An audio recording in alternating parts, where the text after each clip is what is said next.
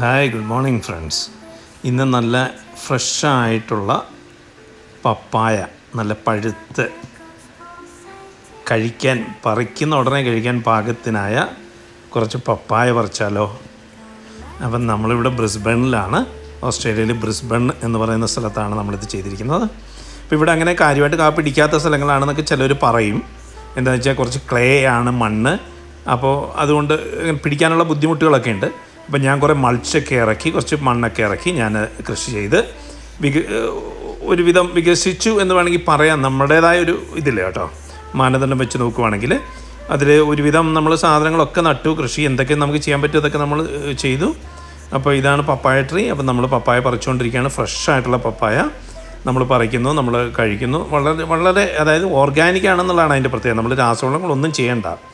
ഇപ്പം ഈ മണ്ണിൽ നമ്മൾ കുറച്ച് ചാണകം, കുതിരച്ചാണകം കിട്ടും ഇവിടെ. അങ്ങനെ അതൊക്കെ ഇട്ടാണ്. ഇത് ചാമ്പ, നമ്മുടെ പനിനീർ ചാമ്പയില്ലേ, പനിനീർ ചാമ്പ കഴിഞ്ഞ പ്രാവശ്യം ഒരു 4-5 എണ്ണം ഉണ്ടായിരുന്നു. പിന്നെ ഇത് അടുത്ത നമ്മൾ പപ്പായയിലേക്ക് പോവുകയാണ്. ഇത് എൻ്റെ ബാക്ക് യാർഡിലുള്ളതാണ് ഈ പപ്പായ മരങ്ങൾ. ഇന്നലെ ഞാൻ വേറൊരു വീഡിയോ ഇട്ടിരുന്നു. അതിൽ ഈ ഫ്രണ്ട് യാർഡിൽ ഞാൻ കുറച്ച് പപ്പായ മരം വെച്ചിട്ടുണ്ടായിരുന്നു. അതിൽ ഒരുപാട് കായ പിടിച്ചിട്ടുണ്ട്. അത് ഞാൻ ഇന്നലെ ഒരു വീഡിയോ ഇട്ടിരുന്നു. അത് നിങ്ങൾ സെർച്ച് ചെയ്യണമെങ്കിൽ നിങ്ങൾക്ക് കാണാൻ പറ്റും. ഇതിപ്പം നമ്മുടെ ബാക്ക് യാർഡിലുള്ള പപ്പായയാണ്. ഈ ബാക്ക് യാർഡിലൊരു 10ഓളം പപ്പായ വെച്ചിട്ടുണ്ടായിരുന്നു. അത് പക്ഷേ നമ്മൾ കാര്യമായിട്ട് നോക്കുകയൊന്നും ചെയ്തില്ല, ഒട്ടും കെയർ കൊടുത്തില്ല. എന്നിട്ട് നമുക്ക് ഇത്രയും കായ കിട്ടി. അപ്പോൾ പിന്നെ അതിനിടയ്ക്ക് പേരയുണ്ട്. പേരയൊക്കെ കഴിഞ്ഞ വർഷം ഇഷ്ടംപോലെ കായ്ച്ചായിരുന്നു. പക്ഷേ അതിന് കുറച്ച് കേടൊക്കെ ഉണ്ടായിരുന്നു. വീണ്ടും വേറൊരു വീഡിയോയിലൂടെ കാണാം. Thank you.